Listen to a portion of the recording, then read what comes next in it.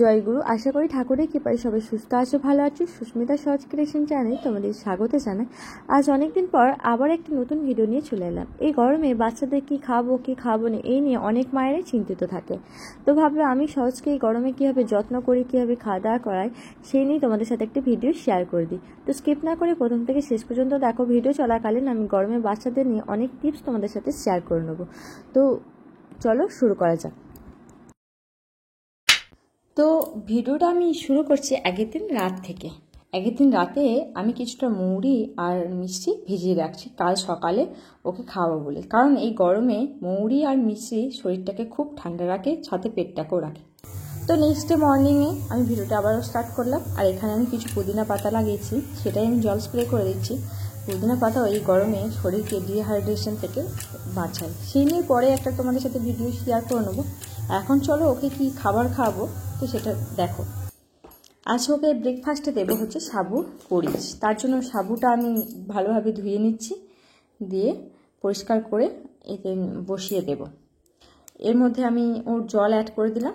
এবার সাবুটা সেদ্ধ হতে থাকলো। আর এদিকে আমি সাবুতে যেটা অ্যাড করবো হচ্ছে কিশমিশ, গাজর আর আপেল। ভালোভাবে ব্লেন্ডারে পেস্ট করে নিলাম। তারপর এই সাবুটার মধ্যে আমি এই মিক্সচারটা ঢেলে দিয়ে ভালোভাবে সিদ্ধ করে নেব। সাবুটা ততক্ষণ অবধি সিদ্ধ করবে যতক্ষণ ওই সাদা দানাগুলো ঠিক কাঁচ কাঁচ এরকম দেখায়। আমার এখানে সিদ্ধ হয়ে গেছে। এবার গ্যাসের ফ্লেমটাকে অফ করে দেবো, তাহলেই আমার খাবারটা রেডি হয়ে যাবে। আর ঠান্ডা হয়ে গেলেই জমে যাবে। এই সাবুটা গরমকালে চেষ্টা করো বাচ্চাদের সপ্তাহে 3 থেকে 4 দিন দিতে, কারণ এই সাবু বাচ্চাদের খুব পেট ঠান্ডা রাখে। তো চলো এবার ওকে আমি মৌরি ভিজা জলটা খাওয়াবো। তার জন্য এই যে 1 গ্লাস জল দেখছো, তো এতটা দেবো না, ওকে জাস্ট অল্প পরিমাণে দিয়ে বাকিটা আমি খেয়ে নেবো। ওকে যেহেতু প্রথমবার দিয়েছি সেহেতু খুব কম পরিমাণে দেবো। ওকে সাধারণত খালি পেটে আমি উষ্ণ গরম জল খাওয়াই যাতে ওর পটিটা পরিষ্কার হয়, কিন্তু ভাবছি এরকম গরম পড়লে সপ্তাহে 2 দিন এরকম মৌরি ভিজা জলটা ওকে খালি পেটে দেওয়ার চেষ্টা করব। তো আজকে ওর প্রথম দিন।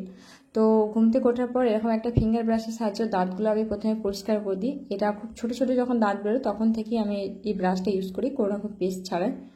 তো তোমরা এরকম পরিষ্কার করে দেবে, তারপর বাচ্চাদের খাবার খাওয়াবে। তো ওকে মৌরি ভেজা জলটা দিলাম।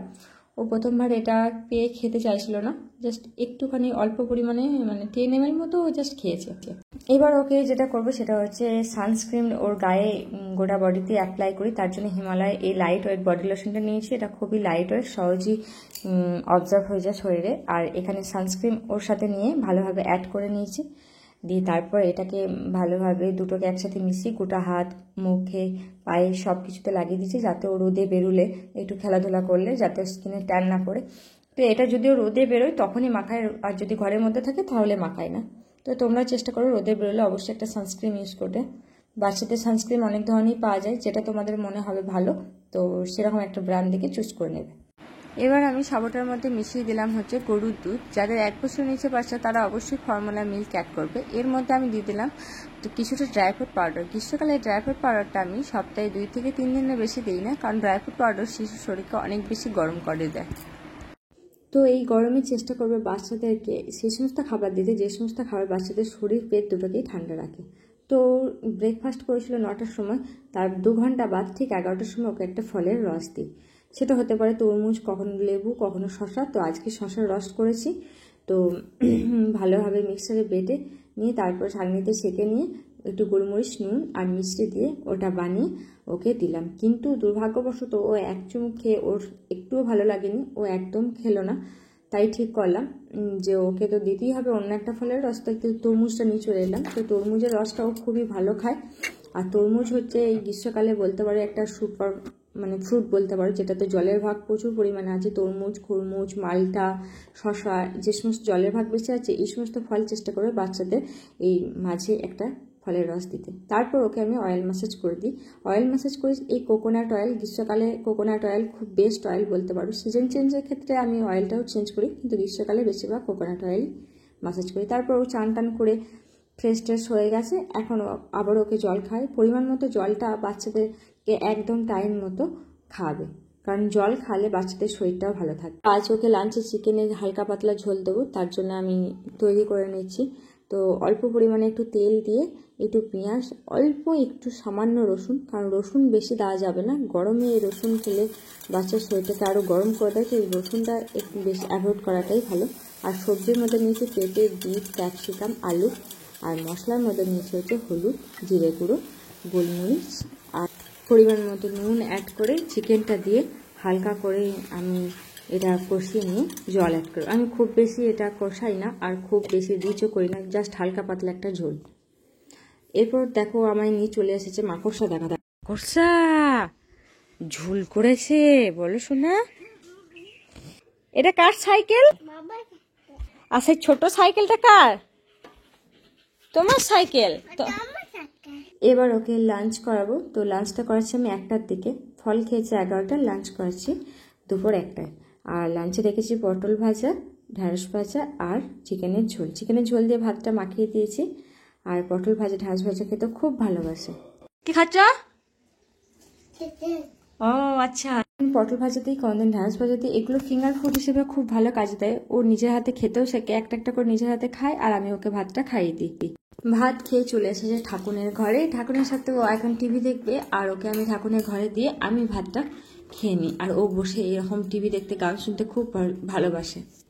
তো এবার যেটা খাওয়াবো সেটা হচ্ছে ওর ভীষণ পছন্দের একটা খাবার, টক দই, যেটা খেতেও ভীষণ ভালোবাসে। আর অবশ্যই চেষ্টা করবে এই গরমে বাচ্চাদের টক দই খাওয়াতে। মিড মর্নিং স্ন্যাক্সে ফলের সাথেও খাওয়াতে পারো, আবার দুপুরে লাঞ্চে করার পরও খাওয়াতে পারো। ওকে যেমন আমি লাঞ্চ করার 1.5 ঘন্টা বাদ টক দইটা খাওয়াই আর ও ভীষণ পছন্দ করে ভালোবেসে এটা খাওয়ায়।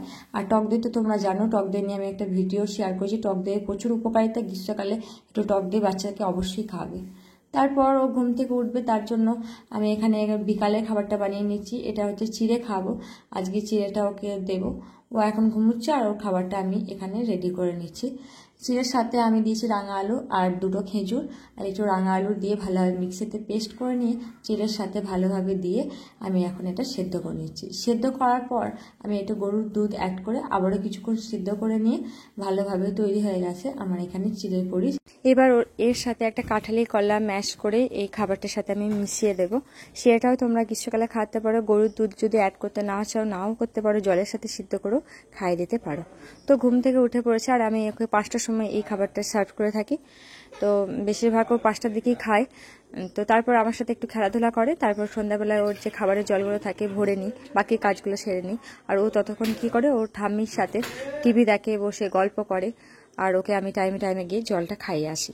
তারপর ও আমার সাথে আবার কিছুটা সময় পেলে পড়তেও বসে। মানে পড়া কি, খেলার ছলে পড়া। এভাবে নিয়ম করে ওকে পড়তে বসায় না, ওর যখন মন হয় বসে, আমি শুনি, আমার শুনতে খুব ভালো লাগে। ঈগল পাখি চলেছে,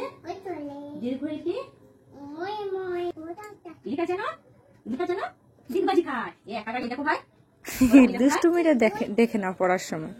এরপর 8:30 ঠিক বাজে, তখন আমি ওকে ডিনারটা সার্ভ করে ওকে আজকে দিয়েছি হচ্ছে হোমমেড সেরেলাক। এই রেসিপিটা আমার চ্যানেলে অলরেডি দেওয়া আছে, তাই আমি নতুন করে দিলাম না। তোমরা চাইলে আমার ডেসক্রিপশন বক্সে লিঙ্ক দেওয়া থাকবে, দেখে নিতে পারো।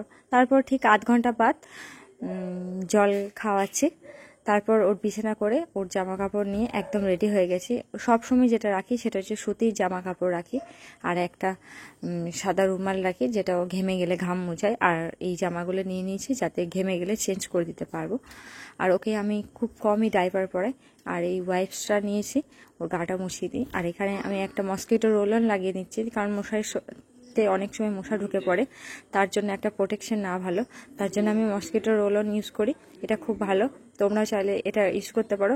একদম জামা কাপড় ইউজ করবে, বডিতে ডাইরেক্ট ইউজ করবে না। এরপর আমি একটা ওয়াইপস নিয়ে ভালোভাবে ওর গোটা গা হাত মুছে ক্লিন করে ওকে একটা পরিষ্কার জামা পরিয়ে দিই। আর খুব গরম থাকলে ময়শ্চারাইজার লাগাই না, নাহলে কোনো দিন খুব একটা লাইট ময়শ্চারাইজার ও জাস্ট ফেসে অ্যাপ্লাই করে দিই। তো বলবো ভিডিওটা অনেক বড় হয়ে গেছে অলরেডি, ভিডিওটা আমি এখানেই শেষ করছি। কেমন লাগলো কমেন্টে জানিও, তোমাদের কমেন্ট আমাকে উৎসাহ দেয় নেক্সট একটা ভিডিও বানাতে। তো যদি আমার ভিডিওটা একটু হলেও উপকার আসে তো বলো প্লিজ চ্যানেলটাকে সাবস্ক্রাইব করো। আর তোমরা প্লিজ আমার পাশে থেকো, আমায় ভালোবাসা দিও। তো ভালো থেকো বন্ধুরা, টাটা।